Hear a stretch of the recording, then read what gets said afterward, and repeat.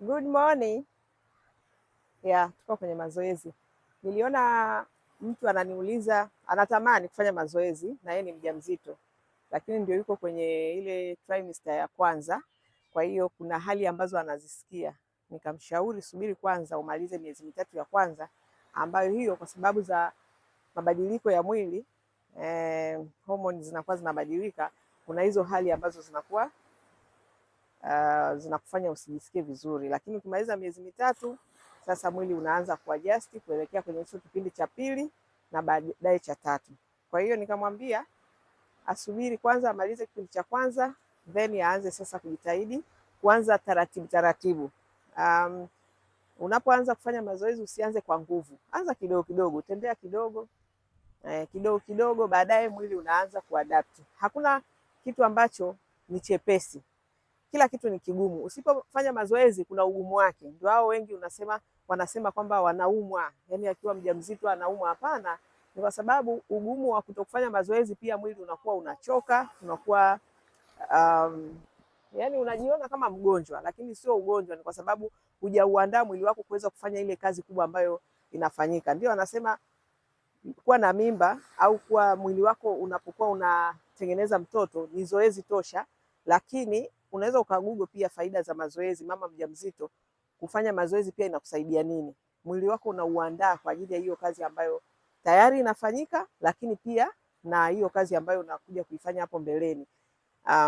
Kwa hiyo kuna faida, yani na wewe pia uwe unaingia, usio unasikiliza tu watu. Ingia kwenye mtandao, search Google, angalia, pata taarifa.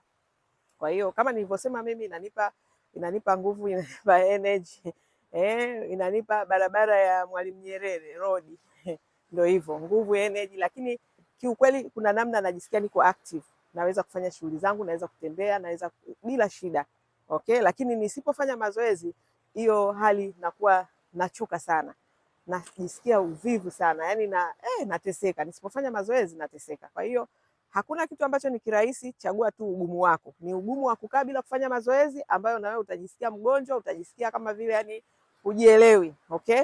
Au ujisukume, alafu mwanzoni of course sio rahisi, lakini baadaye utashangaa unaanza kujiona, yani unajiona una uhai, okay? Kufanya mazoezi siku za kwanza, wiki ya kwanza mwili utauma, lakini jisukume. Hakuna kitu chochote, yani chochote unachokifanya hapa duniani kina pande mbili, na hizo pande mbili zote ni ngumu. Sasa chagua ugumu ambao kwako una faida. Mimi ugumu wangu ambao nimeuchagua ni wa kufanya mazoezi, kwa sababu kwangu una tija, una faida, inanisaidia kuwa active, inanisaidia kuwa na nguvu, inanisaidia kuweza kufanya shughuli zangu bila shida. Kwa hiyo nimechagua ugumu huo. Lakini kuna mwingine amechagua ugumu wa kukaa, na wenyewe ni shida, zina shida zake. Unapokaa tu ndio hivyo, unakuwa kama mgonjwa, yani energy yako yote inakuwa ni ya kigonjwa, yani atmosphere inavyokuwepo pale ni ya ugonjwa, na wengi wao ndio wao wanajiona kama wanachukulia mimba kama nini, kama ugonjwa. Najua kuna wale ambao ni special case, ambao hao wanawekwa bed rest, lakini ni asilimia ndogo. Asilimia kubwa ni kujiendekeza. Mama zetu walikuwa na mimba mpaka anazaa, siku anazaa, yani unalala jioni, asubuhi unaamka mama na mtoto nyumbani, lakini ni kwa sababu ya zile kazi zao kule vijijini wanavyokuwa active wanafanya. Kwa hiyo mimba inakuwa kama sio kizuizi kwake, okay? Kwa hiyo wewe ambaye ulikuwa unauliza Dajoy, na mimi natamani kufanya mazoezi, lakini sasa najisikia vibaya, kwa kuwa umeniambia huko siku za mwanzoni, miezi ile mitatu ya kwanza, kwa kawaida mwili lazima unakuwa una mabadiliko makubwa sana. Kwa hiyo unaweza ukatulia, ila ukikamilisha miezi mitatu ya kwanza kama huumwi, ni unajisikia tu uchovu na nini, ndugu yangu, jisukume ufanye mazoezi. Kufanya mazoezi utaona faida za mazoezi. Na kama huamini, ingia kwenye mtandao, tafuta taarifa.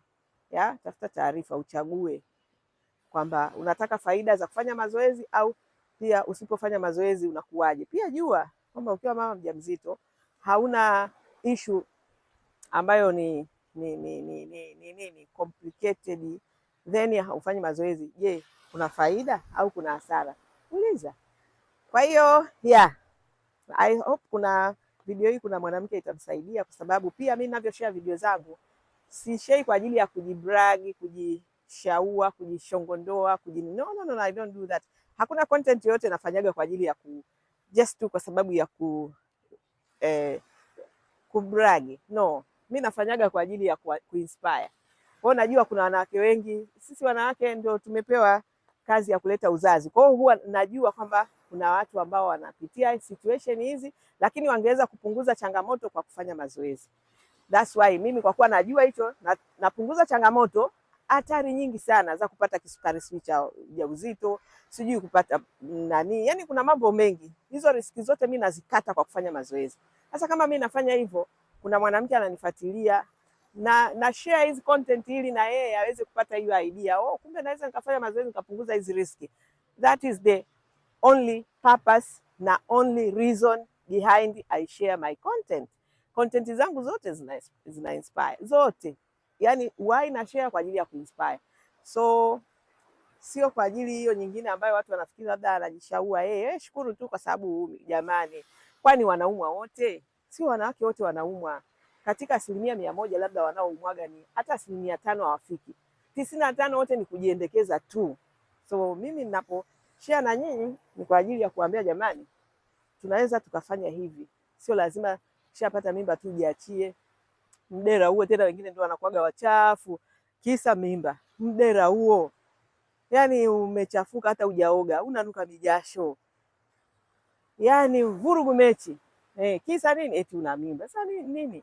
Mimba sio ugonjwa. Mimba bado unavaa, unapendeza, sexy, hot, unatengeneza nywele yako, unatengeneza kucha zako, paka makeup yako safi yani unakuwa more than sex, yani kuliko hata kipindi huna mimba. Yani unapendeza zaidi ya kipindi ambacho huna mimba. Yani ndio hivyo yani. Kwa hiyo ndio hivyo yani.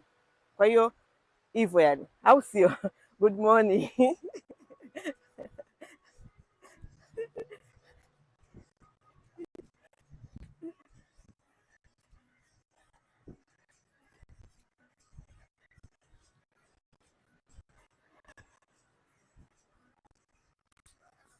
Bye.